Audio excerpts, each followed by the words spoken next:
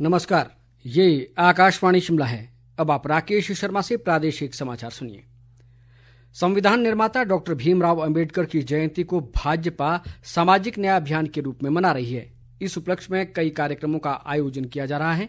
इसी कड़ी में भाजपा की एक राज्य स्तरीय बैठक आज प्रदेश अध्यक्ष राजीव बिंदल की अध्यक्षता में शिमला में आयोजित की गई। इस बैठक में अंबेडकर जयंती पर आने वाले दिनों में आयोजित किए जाने वाले कार्यक्रमों की रूपरेखा तैयार की गई। राजीव बिंदल ने कहा कि डॉक्टर भीमराव अंबेडकर के विचार और सिद्धांत देश की एकता व समरसता के लिए आज भी प्रेरणा स्रोत हैं। प्रदेश भाजपा महासचिव बिहारी लाल शर्मा ने बताया कि 15 से 25 अप्रैल के बीच राज्य के 17 संगठनात्मक जिलों में संगोष्ठियों का आयोजन किया जाएगा, जिनमें डॉक्टर अंबेडकर के विचारों और योगदान पर चर्चा की जाएगी। विपक्ष के नेता जयराम ठाकुर ने प्रदेश सरकार पर हर मोर्चे पर विफल रहने का आरोप लगाया है। चंबा में पत्रकारों से बातचीत में उन्होंने कहा कि प्रदेश में विकास कार्य ठप है और कर्मचारियों व पेंशनरों को वेतन व पेंशन देने के लिए सरकार के पास पैसे नहीं हैं। जयराम ठाकुर ने कहा कि चंबा जिला के विकास के लिए केंद्र सरकार द्वारा जारी धनराशि का राज्य सरकार सदुपयोग नहीं कर पा रही।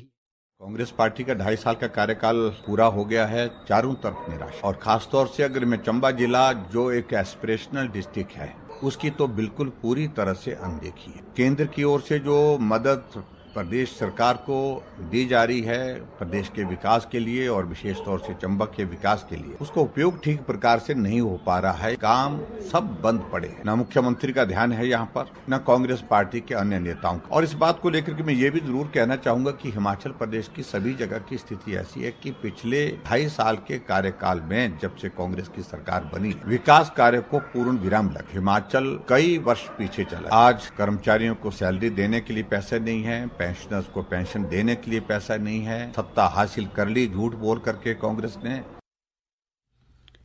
National payments corporation of India NPCI ने कहा है कि UPI लेन देन में कुछ तकनीकी समस्याओं के कारण आंशिक रूप से कमी आ रही है।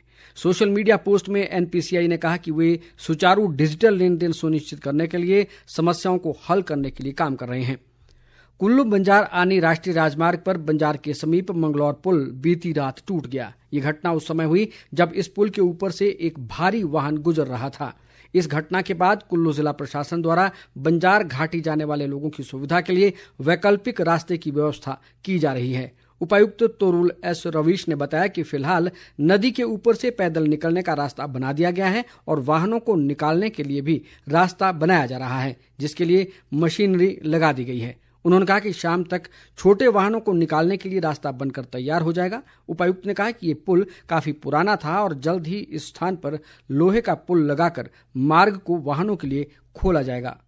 हमारा ऑल्टरनेट रूट का काम है, वो अच्छी स्पीड से चल रहा है। Hopefully by later in the day हम ऑल्टरनेट रूट फॉर छोटी गाड़ियों के लिए चला देंगे। पुराना ब्रिज है और बेली ब्रिज है, वो 25 मीटर्स के आसपास की स्पैन है उसका बताया जा रहा है। तो उसकी availability has been made available और अब उसका काम शुरू कर दिया जाएगा। फिर होपफुल के 8 से 10 दिन में हम कर लेंगे। देश सहित प्रदेश भर में हनुमान जयंती धार्मिक उत्साह के साथ मनाई जा रही है। प्रदेश के विभिन्न हनुमान मंदिरों में सुबह से ही भक्तों की भीड़ उमड़ रही है। मंदिरों में हनुमान चालीसा, सुंदरकांड और अखंड रामायण का पाठ किया जा रहा है। इधर शिमला के जाखू स्थित प्रसिद्ध हनुमान मंदिर में भी भक्तों की लंबी लंबी कतारें लगी हुई हैं और हनुमान जी की पूजा अर्चना की जा रही है।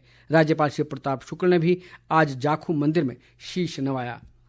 प्रदेश के अधिकतर भागों में आज सुबह से ही बादल छाए हुए हैं और कई स्थानों पर गरज के साथ वर्षा व ओलावृष्टि हुई है।